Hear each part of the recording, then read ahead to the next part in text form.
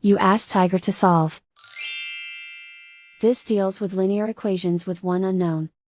The final result is k equals 42/5. Let's solve it step by step.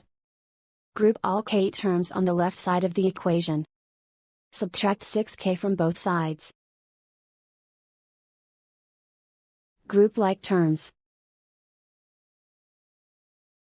Simplify the arithmetic. Group like terms.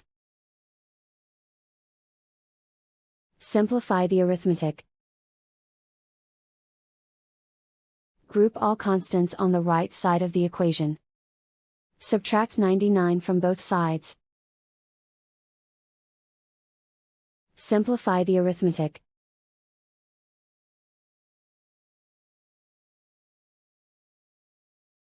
Isolate the k. Divide both sides by -15. Cancel out the negatives.